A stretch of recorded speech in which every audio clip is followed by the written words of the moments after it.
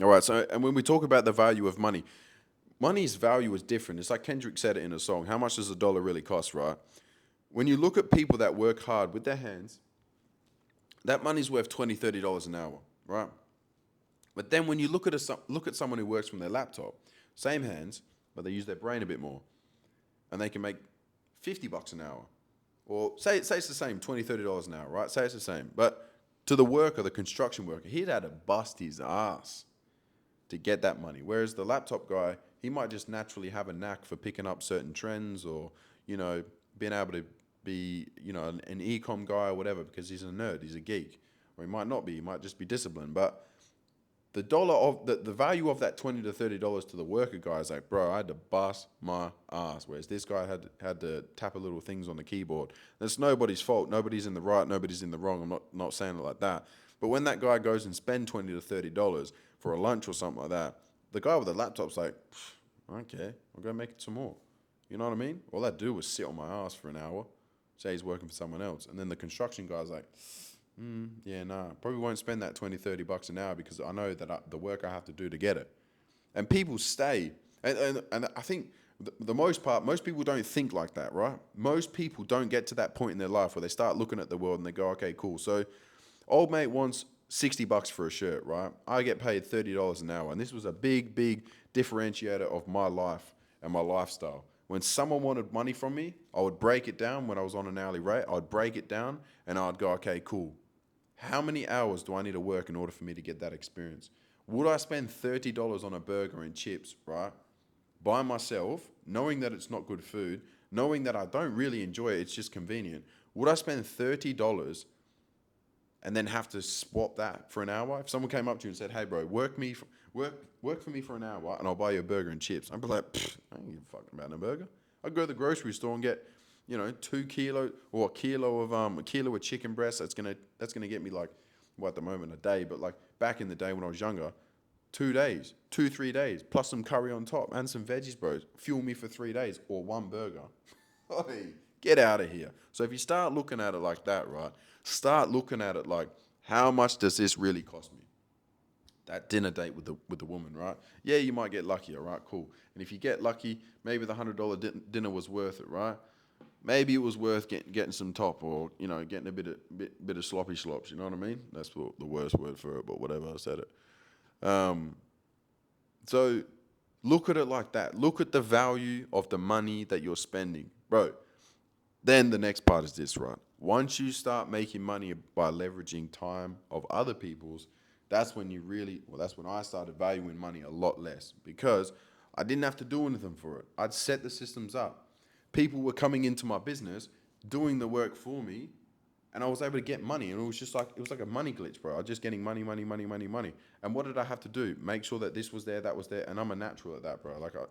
Entrepreneurship wasn't very hard for me. I've always been a buyer and seller. You feel me? So it's like there's not a lot of things that I'm like, oh, bro, I don't know how to do this. It's very straightforward. Supply and demand, get the product, find a supplier, get the product, sell it at a retail price, bang. Have a good product, they'll keep coming back for more, and then you just scale it from there.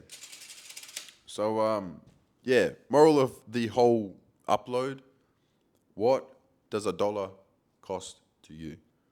How much of your life are you trading for $30? How much of a life are you trading for $1,000? Right? All my entrepreneur boys out there as well. This still goes to you.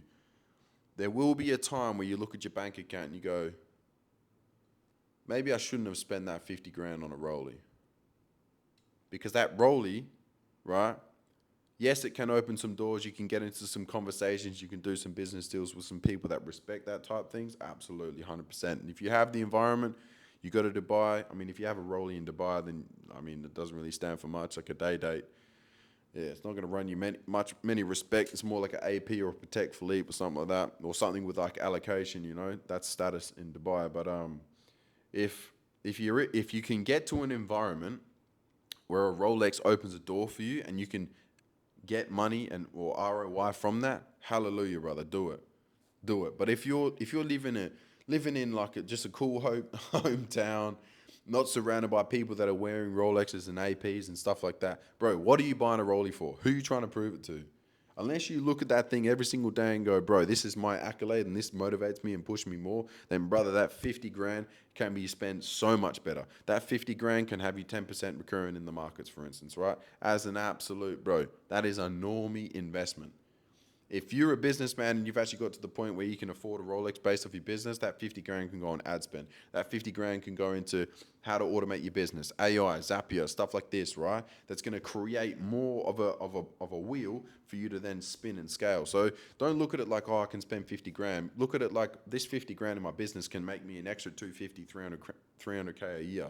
And then that 300K a year, then I can invest in a Rollie and get that asset if that's really what I want to do with my money. But like, look at it like, bro, how can I take this money and what value does this money have in order for me to grow more as a person, as an entrepreneur? If you're in your 20s, bro, you should be grinding hard and stashing the money into assets, right? Till it gets to a point where you can afford assets that people can't afford anymore. How many people do you hear that nowadays, oh, I can't afford a house, I can't afford a house? Yeah, you know why? Because the rich stay rich because they buy those assets. Because once you've got one, then the banks see you, oh, damn, he's got one property. Now we can use that as collateral. Now we can start building the portfolio based off that. But all these brokies down at the bottom, they just sit there complaining all day. Oh, I can't afford a house. Oh, back in the day it was this. Man, shut your neck, bro. The reason why you can't afford a house is because you don't earn enough money. The reason why you don't earn enough money is because you don't provide any value or enough value to actually get paid. One, a good salary. Two, create a business that provides value to then get money back. Or three, you just haven't applied yourself yet. And if you haven't applied yourself yet, then the internet is an amazing place that's very contradicting, right? And you need to figure out which is the good information and which is the bad information. Once you figure that out, then you need to apply it to your environment, your reality, and you need to gain confidence on X, Y, Z, and then create that business to a point where it's paying you a large sum of money, and then you can go back to what I just said, start rolling in it. Start rolling it, start buying assets, start buying smaller assets into bigger assets, right? Buy one house, buy two houses, sell two houses, buy one better house. I don't know. Whatever it is that you find in your real estate experience. But yeah, that's my take on money at the moment. But peace and love. See you in the next one.